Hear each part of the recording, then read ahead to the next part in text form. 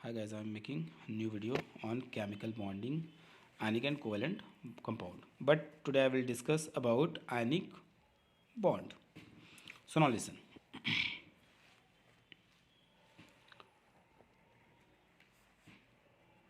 Chemical bonding.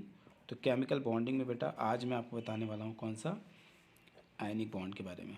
Okay, हालांकि ये होते हैं बहुत सारे टाइप्स के, बट मैं आज आयनिक बॉन्ड के बारे में बताऊँगा आपको।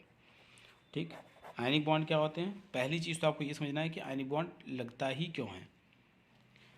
आयनिक बॉन्ड लगेगा उन कंपाउंड्स के लिए या फिर उन मेटल्स के लिए या फिर उन एलिमेंट्स के लिए जो एक्टिव होंगे, जिनकी वैलेंसी 1 हो, 2 हो, 3 हो, जिनकी वैलेंसी क्या हो, 1 हो, 2 हो, 3 हो, ठीक, या फिर 4 हो।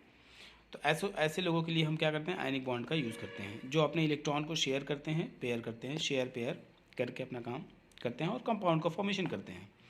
यस और नो। लेकिन जो इनएक्टिव होते हैं, इनएक्टिव समझते हो?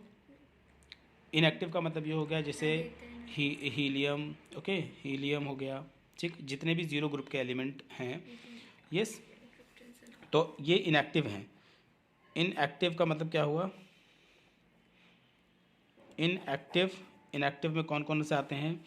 जैसे हो गया हीलियम, ठीक, फिर क्या हो गया आपका neon,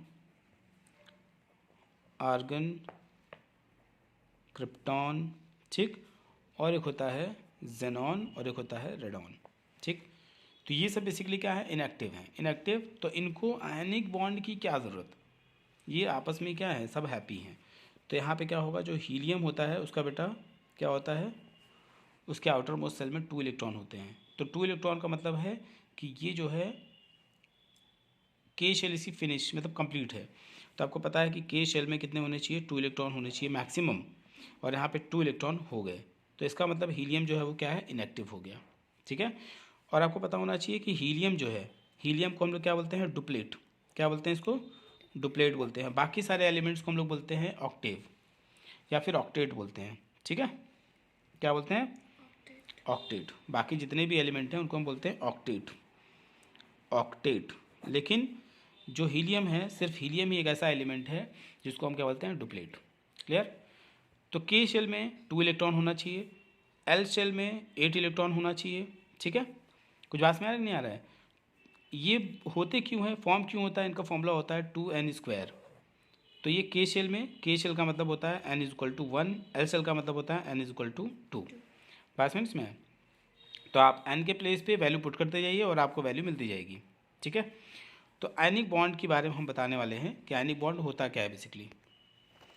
ionic bond means what? An electrostatic bond formed between 2 different atom, a metal and non-metal, okay, such that one of the atom donates all the electrons from its valence shell and the other atom accept these electrons, resulting in the formation of cations and anions, is called ionic bond or electrovalent bond. Means ionic bond को बेटा एक और नाम से जानते हैं, उसका नाम होता है क्या, और इलेक्ट्रोवैलेंट बॉन्ड, इलेक्ट्रोवैलेंट बॉन्ड।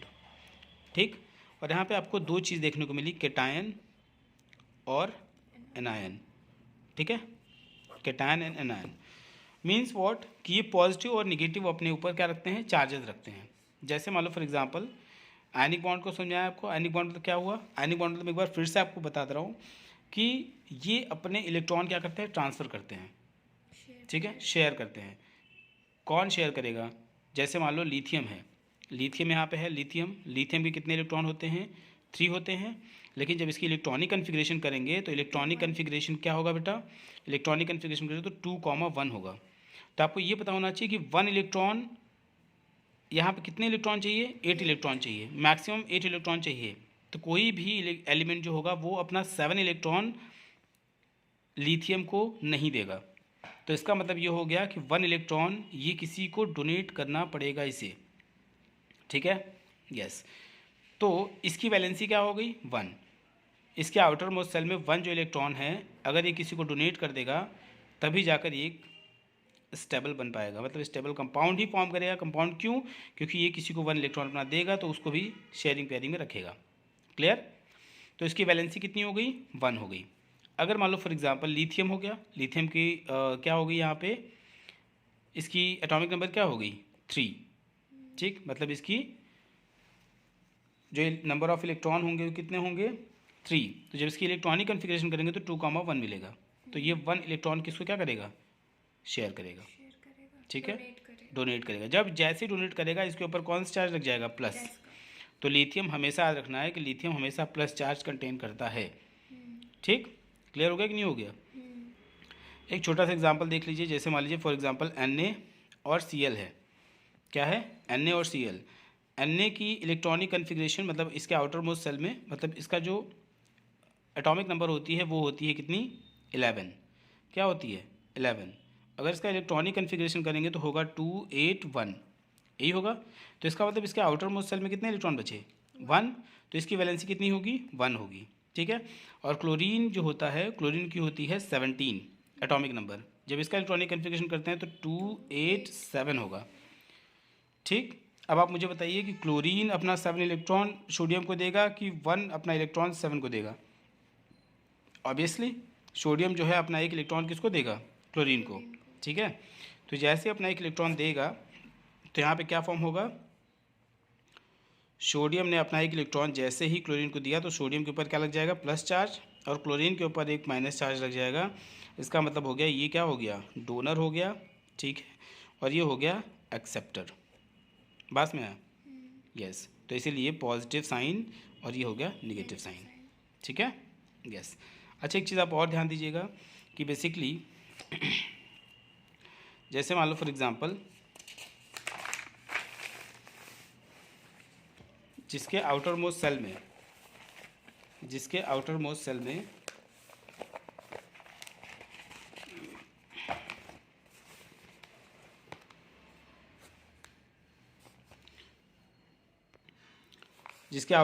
में बेसिकली जैसे इलेक्ट्रॉन हो गए कितने? 1।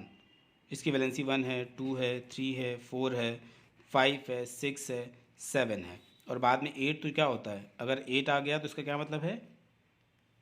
किसी की भी वैलेंसी 8 तो नहीं आएगी। अगर 8 होगी तो उसको बोलते हैं, जो 8 है ध्यान दीजिएगा, 8 जो होता है उसको बोलते हैं ज़ीरो ग्रुप। क्या बोलते हैं? ज़ीरो ग्रुप, या फिर इनको हम बोलते हैं इनएक्टिव। ये होते हैं इनएक्टिव, क्योंकि इनके पास 8 आ गए हैं तो ये क्या हो गए? अब यहाँ पे स्टेबल हो गए। लेकिन जैसे जिसके पास 1 से लेकर 3 तक, जिनके आउटर मोस्ट सेल में 1 से लेकर 3 तक एलिमेंट बचते हैं, होते हैं ऑर्बिट में, तो उनको हम बेसिकली क्या बोलते हैं? उनको हम बोलते हैं मेटल। क्या बोलते हैं? मेटल। ठीक है। और जो 4, जिसके आउटर मोस्ट सेल में 4 इलेक्ट्रॉन होते हैं, जैसे कार्बन, क्योंकि कार्बन की 6 होती है एटॉमिक नंबर, लेकिन जब इसका इलेक्ट्रॉनिक कन्फिग्रेशन करते हैं तो बनता है 2,4, और 4 उसको इलेक्ट्रॉन और चाहिए, इसीलिए ये बिहेव करता है एज अ मेटलॉइड। यस। तो जिसकी 4 इलेक्ट्रॉन मतलब जिसकी 4 वैलेंसी होती है उसको बोलते हैं मेटलॉइड बोलते हैं। ठीक है, बात समझ में? यस। और 5, 6 और 7 जो लोग होते हैं जिनके आउटर मोस्ट सेल में 5, 6, 7 इलेक्ट्रॉन होते हैं, वो होते हैं नॉन मेटल बेसिकली। ठीक है, मोस्ट ऑफ द टाइम नहीं बोल सकते, नॉन मेटल। ठीक है, कोई कन्फ्यूज़न? यस। तो ये चीज़ आपको ध्यान देने की ज़रूरत है कि ये होते हैं जिसके 1, 2, 3 हों वो होते हैं मेटल, 4 हों उसको मेटलॉइड, 5, 6, 7 होते हैं उसको नॉन मेटल, और जो 8 होते हैं उनको ज़ीरो ग्रुप। और एक चीज़ आप ध्यान दीजिए कि जैसे Na और Cl की मैंने एग्जांपल दी, तो Na कंटेन कर रहा है प्लस साइन और Cl कंटेन कर रहा है माइनस साइन।